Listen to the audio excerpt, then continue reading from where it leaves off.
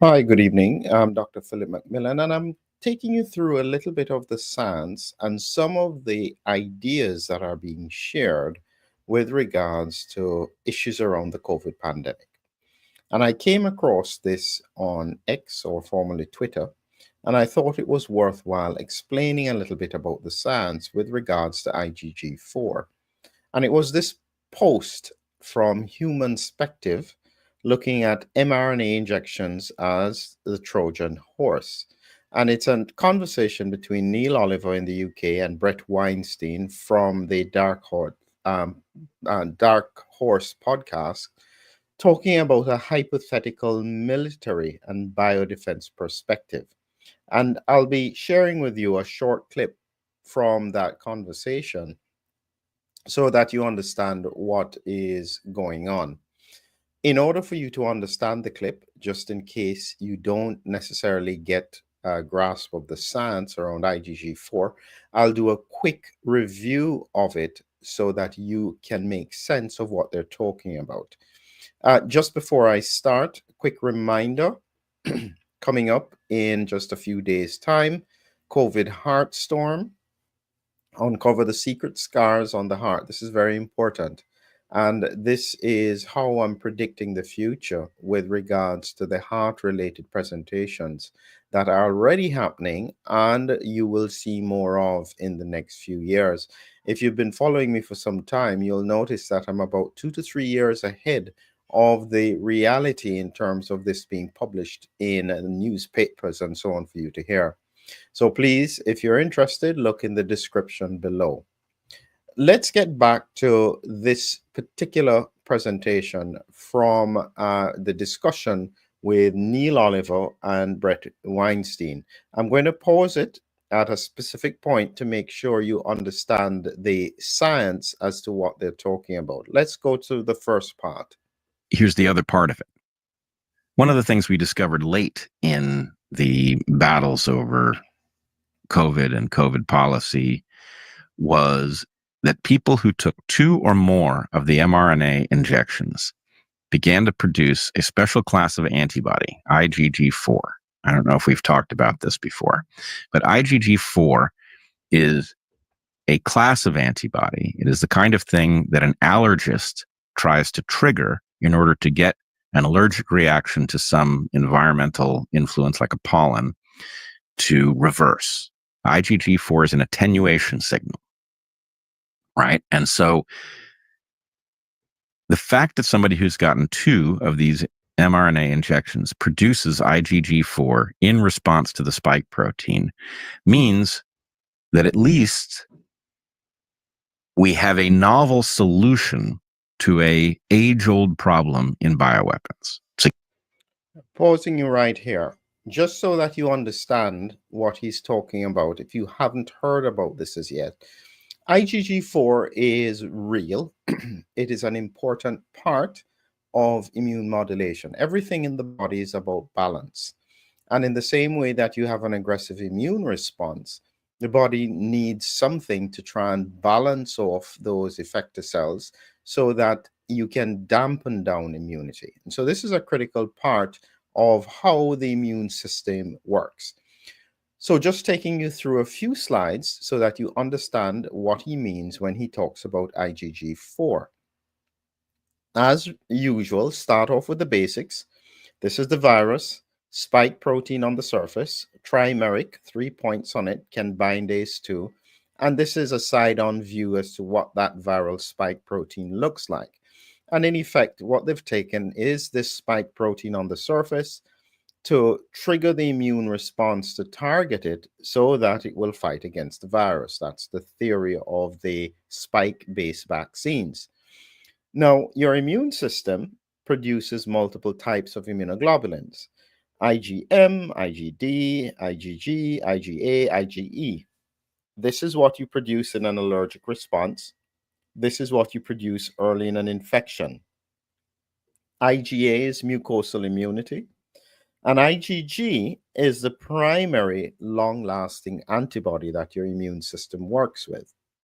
But IgG is broken into 4 different classes: IgG1, IgG2, IgG3, and IgG4. Of these classes, IgG1 and 3 are the ones that trigger the immune system, and the most long-lasting one will be IgG1. IgG4 is the balancing, and for the time being, don't worry about IgG2. But IgG4 is the tolerant antibody. And what it does is that if your body is being exposed to an allergen for a long period of time, the best example is beekeepers being stung by bees all the time. The body knows to downregulate the immune response to the bee venom. And then it uses that with IgG4 to tell the immune system to back off. Don't worry too much about this. This is not so important. And so when you look at the typical approach, this is where it becomes problematic, is that the IgG1 and 3 are the inflammatory antibodies that trigger the immune system to attack the virus and the spike protein. And the IgG4 does the opposite. It tells the immune system to back off because there's too much of it. And so this is what Brett Weinstein is talking about, that this IgG4 is present in large amounts. And what we noticed, which was very unusual, is that after the third dose, he said the second dose, but in reality, it's the third dose, post second, post third IgG4, you find this huge increase, 38 times increase in IgG4 compared to the second. And this is a red flag. This is not normal. This is not what you would expect if you're trying to produce a vaccine that targets a specific antigen in the immune system. So in effect, you then have a situation where you have lots of antibodies being produced, and the antibodies here are binding to the spike protein and therefore telling the immune system to back off. Very, very important pattern that is occurring. And the issue that he was pointing to with regards to the idea of the Trojan horse, he said something that's very important, is to do with mRNA vaccines. Because when we look at this paper here, this was done from 2023 about the class switch to IgG4 antibodies. With regards to normal infection, only a small amount, if you had infection and then mRNA, only a small amount was IgG4. If you had mRNA and then infection, you're talking about 41% was IgG4. And if you had mRNA and no infection, it was 45%. But it's important to note that this does not really happen with vector vaccines. There's only 16%. If it's just somebody who's been hospitalized, natural immunity, it's 2.9%. And so this is primarily an mRNA issue. And my thought is that the primary difference between the vector vaccines like AstraZeneca or J&J and the mRNA, which is Pfizer or Moderna, is the addition of two proline residues on the spike protein to stabilize it. It's not exactly at this position. This is just giving you an idea that they made an adjustment to the spike protein to make it more stable. My suspicion is that it's therefore made it harder for the immune system to degrade it, which therefore leads to more tolerant antibody because the immune system is struggling with it. That's the scientific background as to what they're talking about. And now we can go back to what it was that they were saying in relation to the question about the bioweapon. So that's a whole different perspective. So let's hear what they were trying to say then. Exactly the one you point to. Weapons manufacturer has to figure out how to build a weapon that the enemy will suffer from, that his own army will not. The traditional way of approaching that is we'll come up with a really good vaccine that the enemy won't have, we'll vaccinate our people and release the thing, and the others will suffer, right? That doesn't work very well because, frankly, it's very hard to make a good, safe vaccine. However, the production of IgG4 by multiple mRNA injections, specifically in response to spike protein, opens up the reverse play.